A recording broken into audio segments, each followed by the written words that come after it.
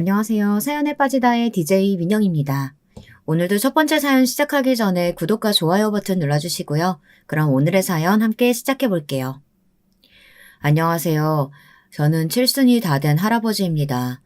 이 나이에 뭔 대단한 일이 있어서 사연까지 보내나 싶으시겠지만 70년을 살아도 인생이라는 게 정말 제 뜻대로 되지를 않네요. 제 인생은 말하기도 부끄러울 정도의 후회의 연속이었습니다. 저는 항상 선택의 기로에 섰을 때 잘못된 선택을 하는 바람에 쉽지 않은 삶을 살아왔어요. 그래도 제가 한 선택 중에 가장 잘한 일은 아내와 결혼한 것과 사랑스러운 아이들을 낳은 일입니다. 그 일만은 몇 번은 그대로 다시 돌아간다 해도 같은 선택을 했을 거예요. 제가 어릴 때는 방 한 칸에 6식구가 살았어요. 부모님과 형제들이 한 방에서 뒹굴며 형은 방까지 방 한 구석에서 공부하고 어머니는 형 공부가 끝날 때까지 곁에서 바느질을 하곤 했습니다. 저는 그런 모습을 지켜보며 아버지 가슴에 안겨 잠드는 걸 좋아했습니다. 가난하고 힘들어도 밤이 되면 가족들과 함께 먹고 잠드는 것이 좋았거든요. 가족은 그런 거라고 생각했습니다. 아무리 힘들고 견디기 힘든 일이 생겨도 가족이 함께 있으면 뭐든 해결할 수 있는 거라고요. 화목한 가족이라는 게 제가 꿈만 꾸면 쉽게 이루어질 수 있는 일인 줄 알았는데 그게 또 저의 바람처럼 쉽지 않더군요. 저는 고등학교 때까지 운동을 했어요.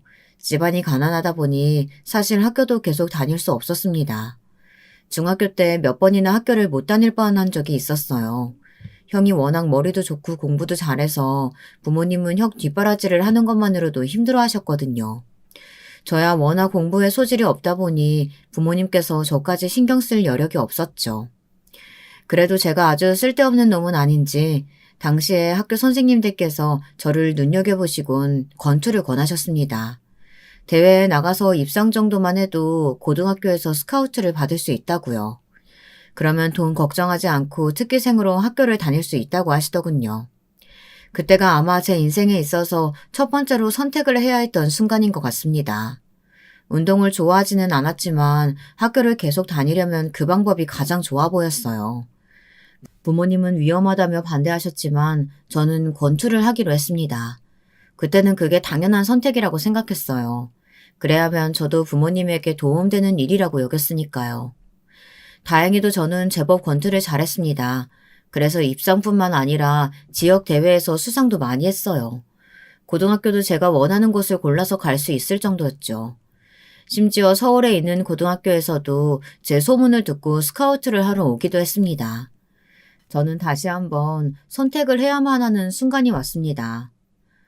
서울에는 대학도 훨씬 많고 수상했을 때 상금도 훨씬 많아. 이 총구석에서 매일 차 맞아봐야 학비나 버는 수준인데 서울에서 맞으면 너 대학 등록금까지 벌 수 있다. 저는 또 솔깃했습니다.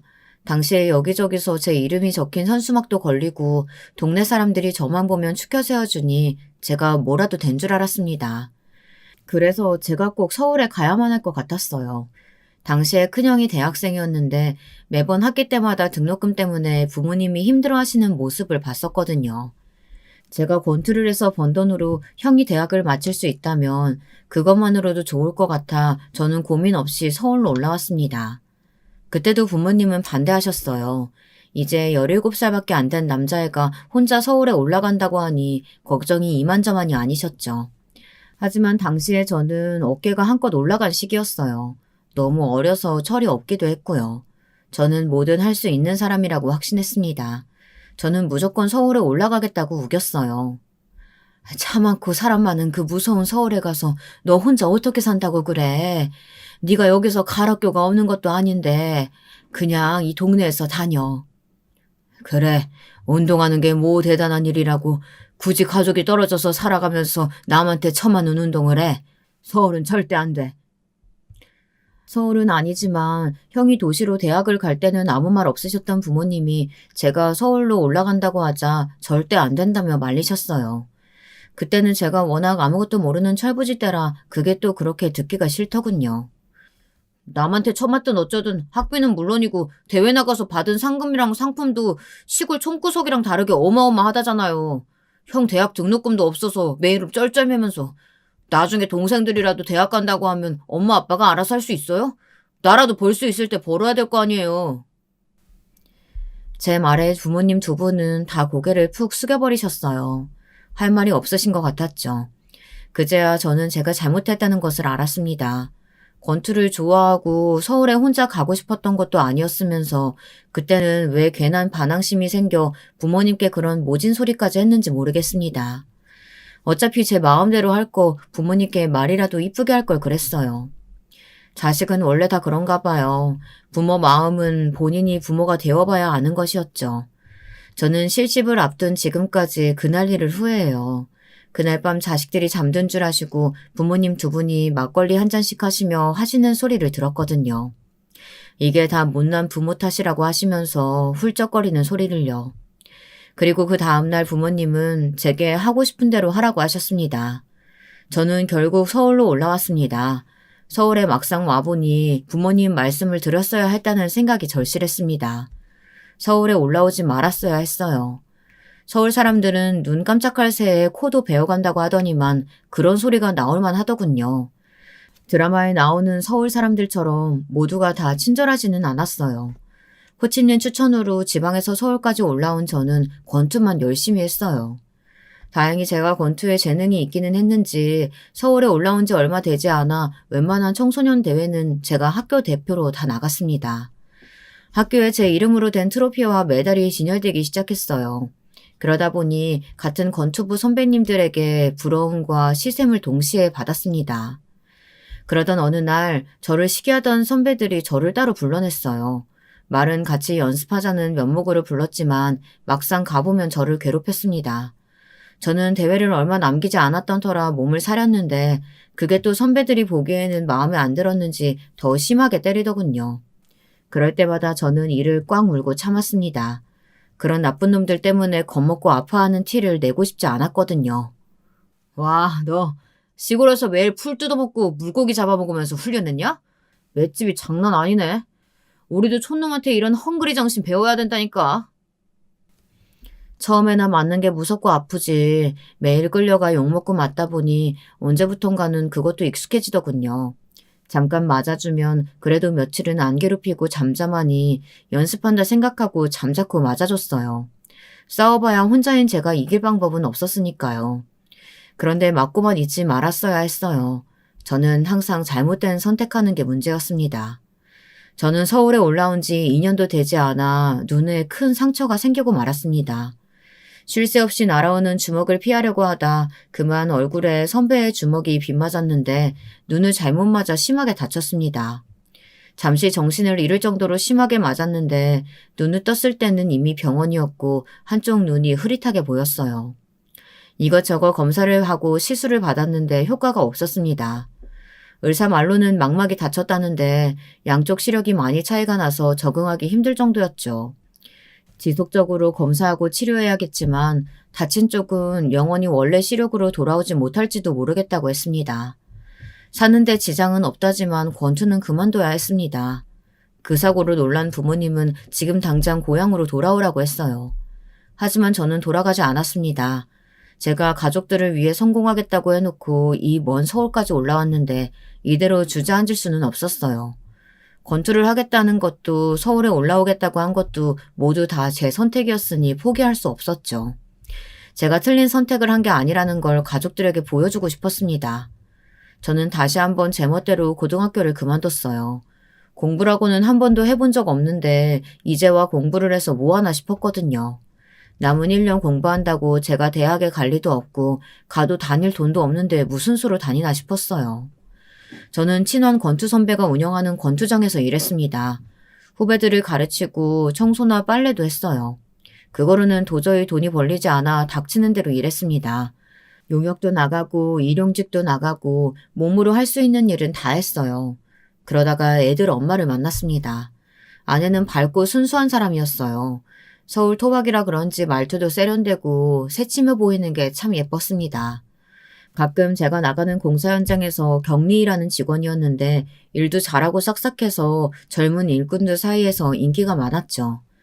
저는 다른 남자한테 뺏기고 싶지 않아 사력을 다해 꼬셨습니다.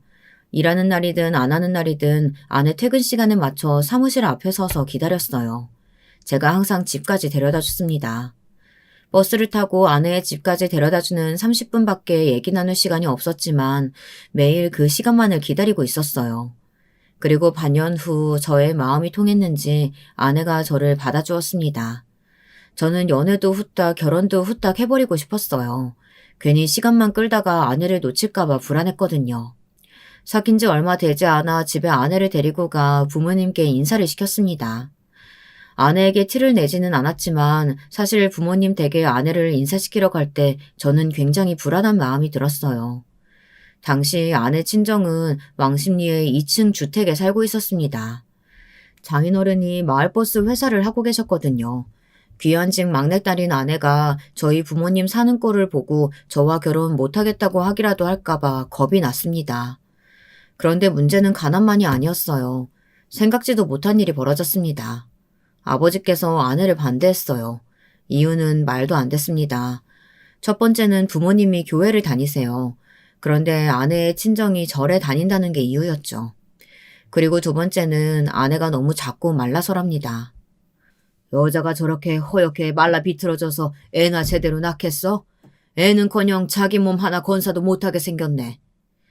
아버지는 무슨 그런 말도 안 되는 소리라세요. 종교는 각자 알아서 하는 거고 아이야 결혼하면 자연스레 알아서 생길 텐데 왜 괜한 꼬투리를 잡고 그러세요. 저야말로 가진 거 없고 눈도 병신인데 저랑 결혼해서 살아준다고 하면 고마울 따름이죠. 어머 어머 너 그게 무슨 소리야. 네가 왜 반빙신이야. 앞다 보이고 혼자 밥도 먹고 돈도 벌고 네 할 일은 알아서 다 하는데. 그때까지도 저는 부모님에 대해 잘못 생각하고 있었더군요. 저희 부모님은 평생 가난하게 남의 밑에서 몸만 쓰며 일하신 분들이라 남에게 절대 싫은 소리를 할 줄 모르는 분인 줄 알았어요. 그런데 제 생각이 틀렸더군요. 부모님도 막상 시부모가 되려고 하니 달랐습니다. 며느리에게 시집살이를 시키려고 하더군요. 제가 누굽니까? 부모님 말씀이라면 아주 지독하게 안 듣는 철딱선이 없는 우리 집 차남 아니겠습니까? 저는 다시 한번 부모님 말씀을 거스르는 선택을 하고 맙니다. 저는 부모님 말씀은 아예 무시하고 결혼을 진행했어요. 그런데 제 고집대로 일을 진행하다 보니 결혼식을 한 달도 채 남기지 않은 어느 날 아내가 갑자기 저에게 저와 결혼을 못하겠다고 통보했어요. 파혼하자고요. 저는 도대체 왜 그러냐고 제가 뭘 잘못했냐고 물었습니다. 그런데 아내는 제 얼굴도 봐주질 않으며 화가 난 사람처럼 굴었어요. 그러더니 제게 한다는 말이 속상했습니다. 나도 웬만하면 다 참고 넘어가려고 했는데 더는 안 되겠어. 당신도 당신이지만 당신 부모님은 도저히 안 될 것 같아. 우리 지금이라도 결혼 그만두자. 부모님이 말도 안 되는 이유를 가지고 결혼을 반대하셨을 때 저는 들은 척도 안 하고 그대로 결혼을 진행했습니다. 그러다 보니 부모님도 저에게 불만이 있으셨던 거죠. 제가 잘못한 일을 가지고 애꿎은 아내를 잡으셨더군요. 알고 보니 저희 부모님께서 결혼 준비로 서울에 올라오셨을 때 장인 장모님을 저 없이 따로 만난 적이 여러 번 있었는데 그럴 때마다 여러모로 실수를 하셨더라고요. 한 번은 부모님께서 예물을 사주시겠다고 아내와 장인 장모님을 끌고 다니셨대요. 도대체 뭘 사주시겠다는 건지 같은 시장을 10바퀴도 더 돌았답니다. 장모님이 힘들어하셔서 아내가 아버지에게 아무거나 사주셔도 된다고 이야기했나 봐요. 그런데 거기다가 대고 아버지가 호통을 치셨답니다. 앞으로 살림할 애가 그렇게 경제관념이 없어서 살림이나 하겠냐고 하면서요. 발품을 팔아야 싸고 좋은 걸 사는 거라고요. 장인 장모님도 있는 앞에서요. 그때까지만 해도 아내와 장인 장모님은 저희 아버지 연세가 있으니 100번 양보해서 그럴 수 있다고 생각하고 참았답니다. 그런데 저녁에 장인 장모님까지 모시고 식당에서 식사하는데 식사 자리에서 혼자 교회 이야기만 몇 시간을 하셨답니다. 절에 다니는 분들에게요. 그러더니 교회에 안 다니는 사람을 우리 집안 며느리로 둘 수 없다면서 지금부터라도 당장 교회에 다녀야 우리 집안 며느리로 인정하겠다고 하셨대요. 장인 장모님 앞에서요. 그뿐만이 아니라 아내의 외모 가지고 이야기를 했답니다. 도대체 딸 자식을 어떻게 키우셨길래 이렇게 피죽도 못 얻어먹고 큰애 마냥 비실비실하답니까? 이래서 우리 집안 대나 제대로 이을 수 있겠어요? 아내가 장인 장모님도 옆에 계시고 자꾸 분위기가 이상하게 돌아가니 애써 자신이 나서 교회도 차차 다닐 거고 아이도 한둘은 거뜬하게 낳을 수 있다고 말했는데도 부모님은 말을 멈추지 않으셨답니다. 아이고, 애 한둘 거뜬하다고? 네 엉덩이 보아하니 가당치도 않다. 그 엉덩이로 괜히 애 하나 낳다가 초상 치르는 거 아닌지 모르겠어. 여보세요, 사돈. 듣자 듣자 하니 도저히 못 들어주겠네요. 아직 식도 안 올린 애를 가지고 지금 무슨 소리를 하시는 겁니까? 우리 애가 뭐가 부족하다고 자꾸 이러세요. 초상이라뇨. 그걸 농담이라고 하시는 거예요? 그날 식사 자리에서 양가 어른들의 큰 소리가 오갔습니다. 저희 부모님은 서울 사람들은 농담을 모른다면서 웃자고 한 소리에 죽자고 덤벼든다고 하셨지만 장인 장모님 입장에서는 충분히 화를 내실 만한 상황이었죠. 당신은 매일 일 핑계로 지방 여기저기 다니면서 결혼에는 일절 신경도 안 쓰지. 매번 시부모님이 따라다니시면서 이건 비싸네, 저건 필요 없는 건데 뭐하러 사네. 이러면서 일일이 간섭하시는데 나 정말 미치는 줄 알았다고. 말할 데도 없고. 처가와 저희 집은 모든 것이 다 달랐습니다. 제가 결혼할 당시의 일이니 벌써 40년도 넘은 일이에요. 그 당시에 지방에는 웨딩홀도 많지 않아서 집에서 식을 올리기도 하고 예물이니 예단이니 하는 건 어른들이 해주시는 대로 했습니다. 뭐가 마음에 드네 안 드네 자식들이 따질 수 있는 분위기가 아니었어요. 하지만 처가 분위기는 전혀 달랐습니다. 먼저 시집간 처형들과 비교 아닌 비교를 당했죠. 큰 사위는 결혼할 때 신혼집을 자가로 준비했네. 작은 사위는 신혼여행을 제주도로 갔다 왔네. 뭐 이런 식으로요. 저와 가진 가로고는 없이 달랑 몸뿐이었으니 비교당하기 싫어도 어쩔 수 없었습니다. 제가 더 잘하는 수밖에 없다고 여겼어요. 하지만 장인 장모님은 저희 부모님 때문에라도 아내에게 결혼을 다시 생각하라고 하셨대요. 안 그래도 저희 집안이 많이 기울어서 결혼해도 고생문이 훤하다 여겼는데 저런 시부모를 하면 절대 보낼 수 없다고요. 그날 저녁 저는 곧장 아내와 처가에 갔습니다. 그리고 장인 장모님 앞에 무릎을 꿇고 앉았어요. 부모님께서 실수하셨다고요. 제가 대신 사과할 테니 용서해달라고 빌었습니다. 그 정도로 아내와의 결혼이 저에게는 절박했어요. 저희 부모님도 장인 장모님과 언쟁을 하신 이후 아내를 더 마음에 들어하지 않으셨지만 저는 부모님이 아닌 아내를 선택했습니다. 제가 원하는 화목한 가정을 만들기 위해서는 아내를 포기할 수는 없었으니까요. 저는 막연하게 결혼해서 살다 보면 다 해결될 줄 알았습니다. 그런데 그게 아니더군요. 마음만으로 해결되지 않는 문제들이 많았어요. 저는 가진 거 없고 능력 없는 남편으로서 항상 모자란 사람이 되어야만 했습니다. 처가에서도 아내에게도 심지어 저희 부모님께도 말이죠. 저는 좋은 직장은 아니지만 그래도 꾸준히 가장으로서 일했어요. 첫째인 딸아이가 생겼을 때는 보고만 있어도 너무너무 예뻐서 쉬지 않고 일했습니다. 예쁜 우리 딸 하고 싶은 거 다 시켜주고 싶었거든요. 공사 현장 일이 많지 않은 장마철이나 겨울에는 일하면서 알게 된 사람들을 따라다니며 일을 배웠습니다. 실내 철거 현장이나 인테리어 현장도 마다하지 않고 다 했습니다. 저는 평생 농땡이라고는 피우지 않고 일했지만 직장인들처럼 꼬박꼬박 월급이 나오는 일이 아니다 보니 가족들의 인정을 받지는 못했어요. 특히나 저와 결혼하고 나서부터 고생을 많이 한 아내는 저의 모든 걸 싫어했습니다. 제가 술과 담배를 좋아하는 걸 결혼 전부터 알고 있었으면서도 결혼 이후에는 제가 술, 담배 하는 걸 보면 진저리를 치며 싫어했습니다. 언제부턴가는 아예 제가 밥을 늦게 먹는 것까지 미워하더군요. 밖에서 몸 쓰는 사람이라는 걸 꼭 그렇게 티를 내야겠어? 좀 자주 씻고 옷도 깔끔하게 입어야 사람들한테 무시 안 당하는 거지. 당신이 매일 술 먹고 담배 냄새 풀풀 풍기고 다니면 당신뿐이 아니라 나랑 우리 딸까지 무시한다고. 젊을 때는 그렇지 않았던 아내가 아이가 생기고 1살, 2살 나이를 먹으니 사람들이 무시한다는 말을 자꾸 하더군요. 저는 그 말을 들을 때마다 거슬려서 도대체 누가 열심히 사는 우리 같은 사람들을 무시하냐고 했어요. 그러자 아내가 하는 말이 꽤 서글프더군요. 열심히 살면 뭐해. 그래봤자 하루 벌어 하루 사는 일용직 신세인데. 형부들은 다들 양복 입고 넥타이 메고 출근하는 사람들이라 잘릴 위험도 없고 때 되면 알아서 월급도 척척 오르잖아. 결혼 전에는 장인 장모님의 사랑을 듬뿍 받던 막내딸이었는데 저와 결혼하고 나서부터는 이래저래 없이 살아 가족들의 관심도 받지 못하니 아내도 스트레스가 있었나 봐요. 특히나 위에 언니 둘이 다들 능력 있는 남편 만나 고생이라고는 모르고 잘 살고 있으니 자신과 비교가 됐던 거죠. 저도 처음에는 그런 아내의 마음 헤아리려고 노력했습니다. 이렇게 열심히 노력하고 살다 보면 나아지는 날이 올 거라고요. 그런데 시간이 지나면 지날수록 아내의 예민함을 받아주기 힘들었습니다. 저는 힘들어도 겉으로 내색하는 사람이 아니에요. 하루 종일 몸으로 일하고 여기저기 안 아픈 곳이 없어도 집에 와서 가족들과 저녁 먹으며 소주 한 잔 딱 마시면 모든 고단함이 눈 녹듯 사라졌죠. 그런데 아내는 아니었습니다. 좋은 집에 살면서 옷과 비싼 물건을 고민 없이 아무 때나 살 수 있는 생활을 원했습니다. 특히나 언니들을 만나고 온 날은 특별히 더 심했어요. 이번 아버지 생신 때 드리려고 큰형부가 출장해서 명품 시계 사왔대.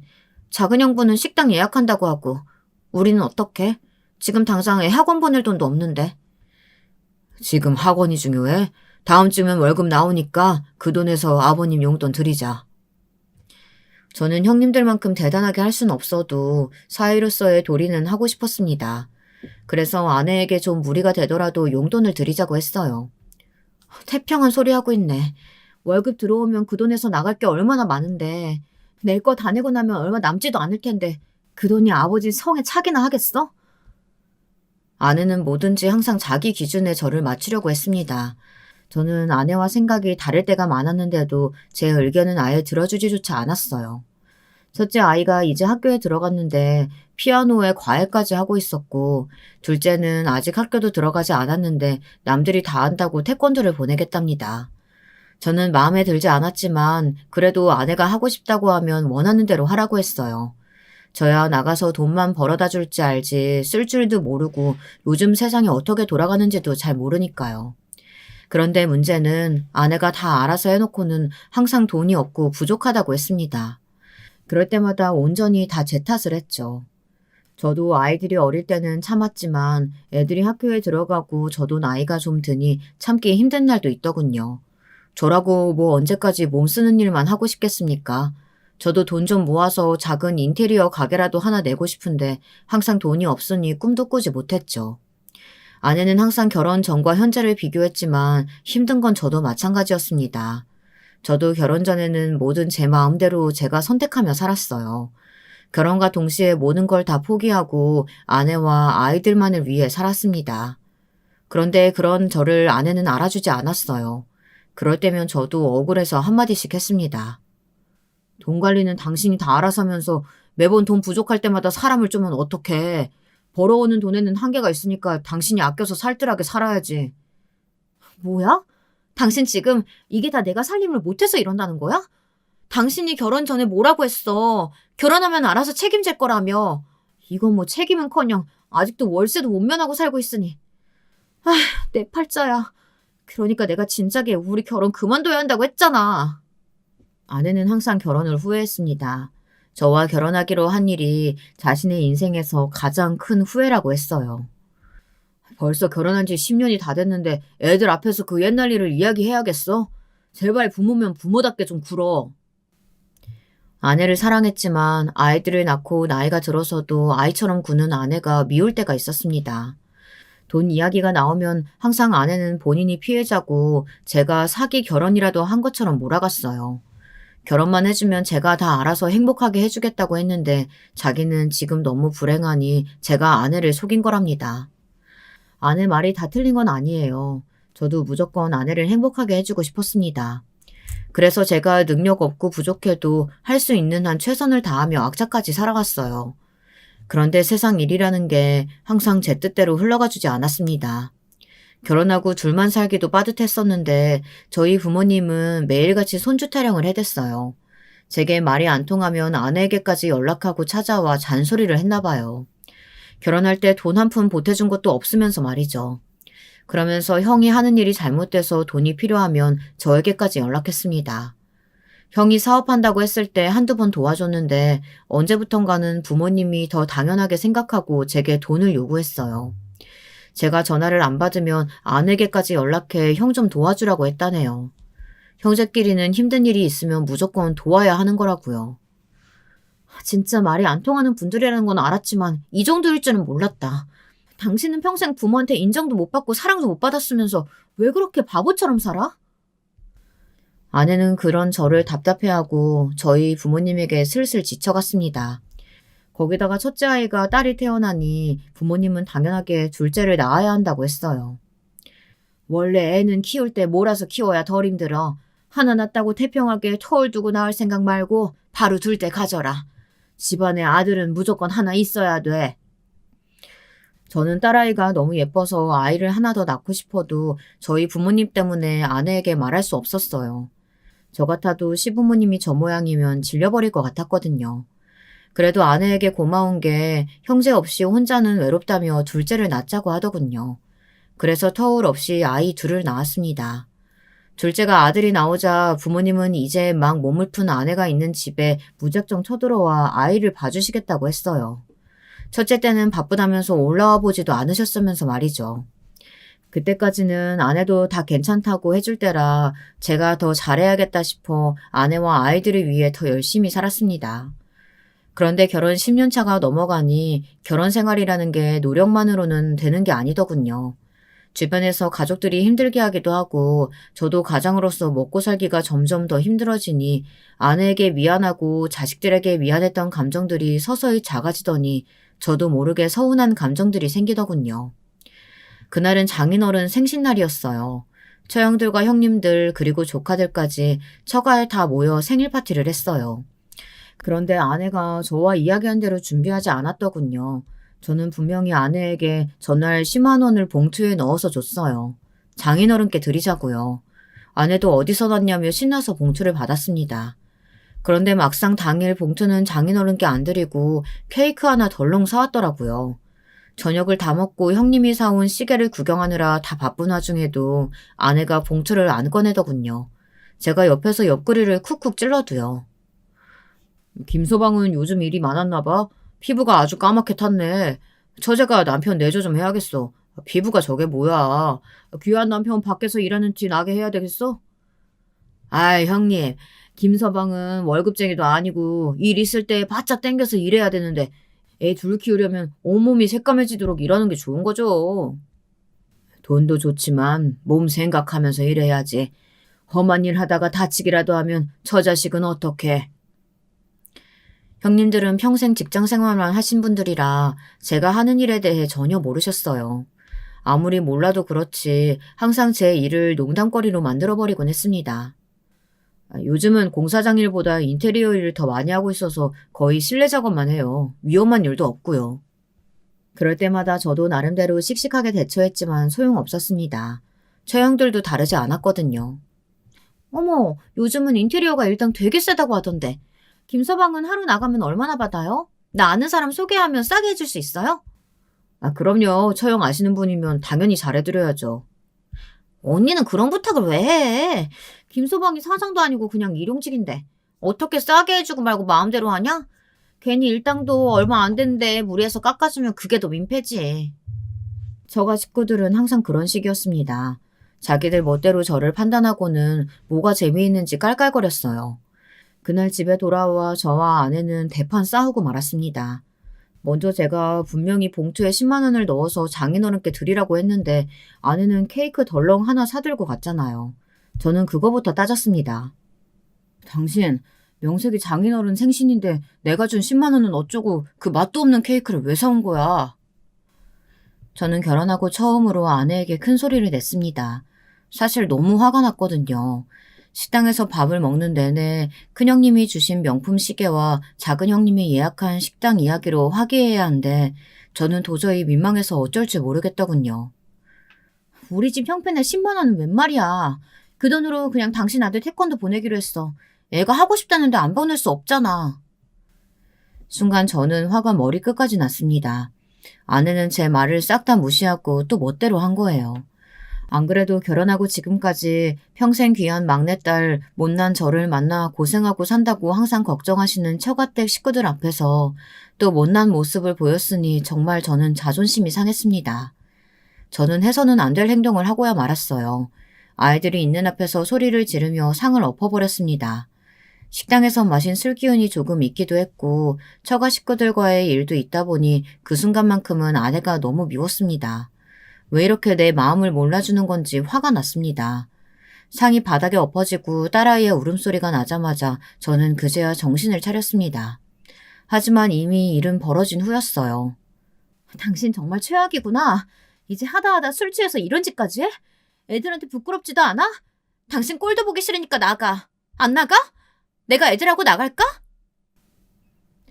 아내는 아이들을 데리고 방으로 들어가 버렸어요. 벌써 몇십 년이나 흐른 일이지만 저는 그날의 기억이 아직도 생생해요.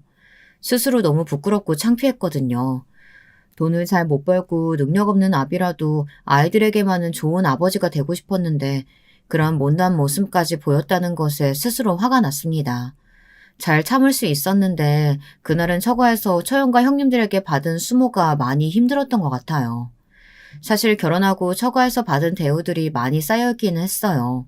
언제나 걱정해주는 척하면서 제가 하는 일을 무시하고 하대했어요. 거기다가 제가 지방 출신의 부모님들이 힘들게 사신다는 이야기까지 자주 했고요. 처음엔 그러려니 했는데 저도 나이가 들고 아이들이 자라니 그런 소리를 듣고 있기 힘들더라고요. 제가 자존심이 상하는 것도 상하는 거였지만 무엇보다 아내가 쪽팔려 하는 게 더 싫었습니다. 다음날 저는 아내에게 사과했어요. 어제는 제가 흥분해서 화를 못 참았다고요.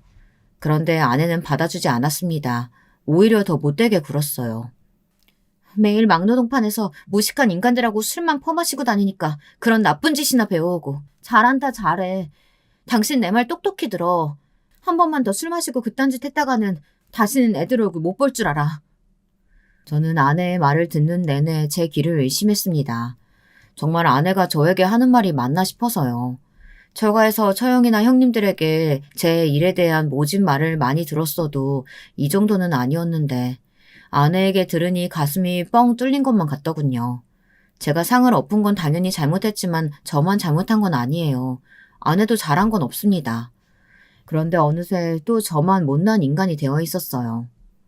당신이야말로 어떻게 나한테 그렇게 이야기할 수 있어? 내가 하는 일이 무식하다니. 지금까지 10년 넘게 당신이랑 애들 먹고 살게 해준 일이야. 가장이면 당연한 거 가지고 우리 좀 먹여 살렸다고 지금 생색내는 거야? 쓸데없는 소리 그만하고 내 말 똑바로 기억해. 한 번만 더 어제 같은 일 있으면 당신이랑은 이혼이야. 알았어? 아내는 제 이야기를 들어줄 생각조차 없었습니다. 자기 말이 무조건 다 맞는다고 여기고 있었어요. 저를 무시하는 거로도 모자라서 이제는 아이들까지 쥐고 막말을 하더군요. 제 아이들이고 제가 키워낸 아이들인데 왜 멋대로 이혼이고 아이들을 볼 생각하지 말라는 건지 모르겠더군요. 그때부터였습니다. 본격적으로 아내와 사이가 나빠지고 제가 삐뚤어지기 시작한 건요. 아내는 점점 더 포악해졌고 저를 한심한 인간 취급했어요.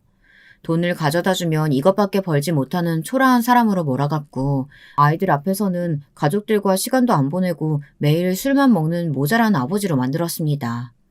그 이후 저는 많이 달라졌습니다. 저는 아내와 자식들만을 위해 희생하는 가장의 모습으로 살지 않기로 했어요. 지금까지 누리지 못했던 제 인생을 살려고 노력했습니다. 아내와 저는 둘 다 결혼을 후회하면서도 아이들이 시집 장가 갈 때까지는 참고 살자는 말을 입에 달고 살았습니다. 어느새 그렇게 사는데 익숙해졌어요. 아내는 아이들 키우느라 정신없이 바빴고 저는 일하고 노느라 바빴습니다. 시간은 속절없이 흐르더군요. 문제는 술이 늘었다는 겁니다. 집에서도 거의 매일 반주를 마셨고 함께 일하는 동료들과도 자주 과음을 했어요. 처가에도 가기 싫었습니다. 명절이나 집안 행사가 있어서 할 수 없이 처가에 가야 할 때는 앉아서 술만 마시다 왔어요. 그러다 보니 하지 말아야 할 실수를 한 적도 있었습니다. 한 번은 그런 적도 있습니다. 명절 때였는데 처가에 갔어요. 다른 식구들은 다들 거실에 앉아 이야기를 나누고 있었는데 저는 주방에 혼자 앉아 술을 쉬지 않고 연거푸 마시고 있었습니다. 가족들과 말을 섞고 싶지 않아서요. 그런 제가 신경 쓰였는지 장모님이 다가와 그만 마시라고 하는데도 저는 마셨습니다. 지금 생각하면 도대체 제가 왜 그랬는지 모르겠어요. 그런데 그때는 그렇게밖에 할 수 없었습니다. 아내와 아이들과 헤어지고 싶지는 않았지만 함께 있는 게 하나도 행복하지 않았거든요. 아내가 딸과 아들에게 제 욕을 하도 해대서 아이들도 언제부턴가 저를 좋아하지 않았어요. 퇴근하고 와서 힘들어도 딸 얼굴을 보면 기분 좋아 껴안기라도 하려고 하면 딸은 이제 좀 컸다고 저를 밀어냈습니다. 작업복에 먼지 가득 묻었는데 더럽게 만지면 어떡해. 빨리 씻어요. 아들도 마찬가지였습니다. 어쩌다가 현장이 아들이 다니는 학교랑 가까워서 학교 시간에 데리러 가기라도 하면 난리를 쳤어요. 트럭 타고 학교 오지 말라니까. 왜 자꾸 트럭 타고 와요? 애들이 보면 놀린다니까. 저는 어쩌다가 제가 이런 가장이 되어버린 건지 서글펐어요. 고등학교도 졸업 못한 제가 사랑하는 사람들을 책임지기 위해 쉬지 않고 열심히 땀 흘려 일해서 번 돈으로 먹고 살았는데 제가 왜 이런 대접을 받아야 하나 했죠. 평생 키워온 자식들마저 저를 무시하자 저는 삶의 낙이 없어졌습니다. 아내라고 자식들이 저런 버르장머리 없는 소리를 해도 한 소리 하지는 못할 망정 제게 그럴 줄 알았다며 고소해했어요. 다 뿌린 대로 거두는 거라나요. 자식들에게마저 외면받은 저는 아예 밖으로 돌았습니다. 일도 아예 계속 먼 지방으로 잡았어요. 지방에 숙소를 잡고 집에는 한 달에 한 번 갈까 말까였습니다. 마음 같아서는 아예 안 가고 돈만 보내고 싶었지만 어쨌든 제가 선택하고 꾸린 가정을 책임은 져야 하니 아이들 생일이나 명절에는 꼬박꼬박 올라왔습니다. 애들도 크고 제 마음도 붕 뜨다 보니 만나도 어색하기는 했지만요. 그러던 어느 날이었습니다. 저에게 큰 사건이 하나 생겼어요. 아이들이 둘 다 성인이 되고 사회생활까지 하고 있을 때였는데 제가 아는 친구들과 밤새 술 먹고 놀다가 그만 필름이 완전 끊겨버린 거예요. 눈을 떠보니 병원이었습니다. 제가 술에 만취해서도 계속 술을 더 먹겠다고 길거리를 돌아다니다 마주치는 사람마다 시비를 걸고 욕을 하고 그랬나 봐요. 주변에 있던 사람들이 신고해서 경찰이 출동했는데 제가 경찰들과 실랑이를 벌이던 도중 제가 바닥에 쓰러져 버린 겁니다. 저는 정말 하나도 기억이 나질 않아요. 급하게 응급실에 실려오고 나서 경찰이 가족들에게 연락을 했나 봐요. 저는 별일 아니라고 생각하고 퇴원하려고 했는데 병원 쪽에서는 입원을 권했습니다. 제 몸이 정상이 아니라네요. 저는 알코올 중독 판정을 받았습니다. 알코올 의존도도 굉장히 높을 뿐더러 간이며 혈압이며 어느 것 하나 몸에 정상인 것이 없다네요. 만약 혼자 술에 취한 상태로 필름이 끊겨 어디 길거리에 쓰러진다면 그대로 죽어도 전혀 이상할 게 없는 몸 상태래요. 그 일로 저는 충격을 받았습니다. 물론 몇십 년 동안 건강관리라고는 전혀 하지 않고 일만 하며 술만 마셨으니 당연한 결과일지는 몰라도 저는 쉽게 인정할 수 없었어요. 제가 술을 자제하지 못할 정도로 심각한 상태는 아니라고 느꼈거든요. 하지만 가족들은 제 말을 믿어주지 않았습니다. 지금까지 제가 집에 잘 오지도 않고 지방 여기저기로 일하고 다니며 얼마나 엉망으로 살았을지 안 봐도 알겠다면서요. 매일 술 퍼마시면서 자기 멋대로 살려고 처자식 내팽개치고 혼자 살더니만 아주 잘하는 꼴이다. 결혼하고 지금까지 평생 고생만 시키더니 왜? 이제는 아예 나더러 병수발까지 들게 하려고? 아내는 저를 한심하게 생각했고 딸은 펑펑 울며 제게 화를 냈어요. 내가 진작에 술 좀 끊으라고 했지. 얼마나 술을 먹었길래 정신이 나갈 때까지 먹고 다녀. 아빠, 이제 진짜 정신 차려야 돼. 이번 기회에 술 안 끊으면 내 결혼식에 못 올 줄 알아. 그날의 충격을 저는 아직도 잊지 못합니다. 알고 보니 딸이 결혼할 남자가 있었더라고요. 제가 지방 여기저기로 떠돌아다니며 정신없이 술만 먹고 사는 사이 딸은 결혼할 정도로 훌쩍 성숙해졌더군요. 그제야 거울을 보니 늙은 제 얼굴이 보였습니다. 쭈글쭈글 볼품 없는 게 얼굴만 봐도 술 냄새가 나는 것 같았어요. 저는 딸 말대로 정신을 차려야 했습니다. 이러다가 정말 딸 결혼식 날 딸의 손도 못 잡고 들어갈 수도 있으니까요. 저는 가족들 앞에서 선언했습니다. 무슨 수를 써서든 술을 끊을 테니 믿어달라고요. 아내는 술을 끊겠다는 제 말을 믿지 못했어요. 하지만 저는 진심으로 굳게 마음먹었습니다. 그리고 정말로 술을 끊었어요. 그리고 그런 저의 의지를 확고하게 보여주기 위해 개인 택시를 샀습니다. 돌아가신 장인어른께서 마을버스 회사를 운영하시다 보니 결혼 이후 제게 버스 운전해보지 않겠느냐고 권하신 적이 있었어요. 버스 면허만 따서 오면 바로 취직시켜주겠다고요. 그런데도 저는 거절했습니다. 저처럼 술을 좋아하는 사람이 운전을 생업으로 하다가 혹여나 실수라도 하면 큰일이니까요. 어리고 아둔했던 그때의 저는 그 정도로 한심한 인간이었습니다. 그런 제가 택시를 탔습니다. 그것만으로도 저의 의지는 굳건했죠. 최선을 다해 변해보겠다는 저의 의지였습니다. 하지만 가족들은 그런 저를 못 믿어했어요. 잘못돼도 못하겠다고 했던 운전을 다 늙어서 도대체 어떻게 한다 그래? 괜히 연기하지 말고 그냥 살던 대로 살아. 아내는 제가 하던 모든 것이 마음에 들지 않는지 끝까지 저를 믿어주지 않았습니다. 저러다가 금방 포기할 거 왜 택시까지 사면서 괜한 돈을 쓰냐고 했죠. 나 정말 결심했어. 우리 딸 결혼하고 손주 낳는 모습까지 다 보려면 나 건강하게 살 거야. 그러려면 진짜 술 끊을 수 있는 일을 해야 돼. 당신도 알잖아. 내가 생활력 하나는 끝내주는 거. 아침이고 밤이고 일하려면 술은 절대 입에도 안 댈 거야. 두고 봐. 나는 한다면 한다니까. 저는 아내와 자식들에게 저의 굳건한 모습을 보여주기 위해 부단히 노력했습니다. 개인 택시를 시작하고 1년 넘게 정말 술은 한 잔도 입에 대지 않았어요. 물론 참을 수 없을 정도로 힘든 순간도 있었지만 그럴 때면 택시를 끌고 나갔어요. 운전하며 손님을 태우다 보면 술 생각도 사라지니까요. 거기다가 택시에 타는 술 취한 손님들을 보고 저는 정말 많은 반성을 했습니다. 술에 취해 운전석을 발로 차고 젊은 사람들이 저에게 소리 지르며 욕을 할 때면 제가 예전에 저런 모습이었다는 생각에 정말 수치스럽고 부끄럽더군요. 다른 약이나 치료보다 확실한 본보기가 됐어요. 술 끊고 약까지 먹으니 간과 혈압도 점차 회복되어 갔습니다. 저는 제 바람대로 딸아이 결혼식에 멀쩡히 딸 손을 잡고 들어갈 수 있을 정도로 건강해졌어요. 제가 건강해지자 누구보다 딸이 좋아했습니다. 딸은 사실 제가 술 끊겠다고 했을 때 믿지 않았었는데 이렇게 1년이나 버티는 모습을 보니 이제 믿을 수 있겠다고 하더군요. 제가 술을 끊고 나니 가족들 사이도 아주 조금씩 나아지는 것 같았어요. 아내도 말은 여전히 퉁명스럽게 했지만 그래도 전보다 저를 많이 챙겨줬습니다. 몸이 멀어지면 마음도 멀어진다는 말이 있잖아요. 젊어서 내내 떨어져 있다가 지금이라도 같이 붙어서 살다 보니 내심 좋더군요. 아내가 아침마다 챙겨주는 옷을 입고 출근하고 아내가 차려준 밥도 매일 먹으니 절로 건강해지는 것 같았습니다. 왜 진작 이렇게 살지 못했을까 후회가 되기도 하고요. 저는 어렵게 다시 찾아온 행복이니 오랫동안 지키고 싶었습니다.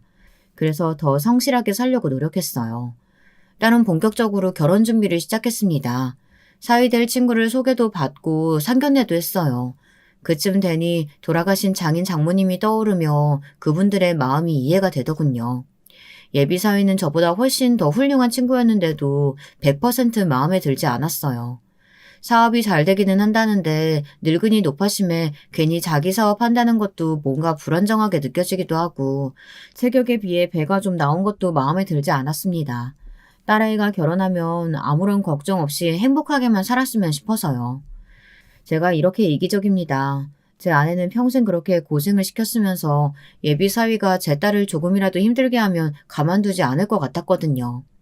그래도 별탈 없이 딸아이의 결혼이 진행되던 중 제게 생각지도 못한 일이 벌어졌습니다. 제가 서울 외곽 한 호텔에 손님을 내려주고 나오는 길이었어요. 평일 오전이었는데 호텔 앞에 차들이 줄지어 서 있어서 입구를 벗어나지 못하고 한참 서 있었습니다. 그런데 그때 절대 봐서는 안 되는 장면을 목격했어요. 글쎄 저의 예비사위가 정장을 쫙 빼입은 채 역시나 쫙 빼입은 여자와 호텔 안으로 들어가는 장면을 보고야 만 거예요. 여러분이라면 그 순간 어떻게 하시겠어요? 그대로 가만히 있을 수 있으시겠습니까? 저도 처음에는 당연히 제가 잘못 본 거라고 여기고 두 눈을 마구 비볐습니다. 그리고 그대로 차를 호텔 입구에 주차하고 차에서 내렸어요. 똑바로 확인해야 할 것 같아서요. 저는 예비사위로 보이는 남자의 뒤를 바짝 쫓아갔습니다. 그런데 놀랍게도 예비사위가 분명했어요. 엘리베이터 앞까지 들어가는 모습을 봤는데 분명하더군요. 옆에 여자와 엘리베이터를 타며 희희낙낙 하는데 저는 도저히 참을 수가 없었습니다. 저는 예비사위가 탄 엘리베이터가 몇 층에서 내리는지 확인하고 그대로 옆에 엘리베이터를 타고 올라갔어요. 다행히 예비사위와 여자가 객실 문을 열고 들어가려는 순간 뒷모습을 확인했습니다. 저는 아무 생각도 들지 않아 이성을 잃고 그대로 객실 문으로 돌격했습니다. 너 이 개자식 거기 안 서? 아버님! 예비사위는 제 얼굴을 보자마자 놀라서 두 손으로 입을 틀어막더군요. 우당탕탕 객실 문이 닫히기 전에 저는 문을 활짝 열고 안으로 들이닥쳤습니다.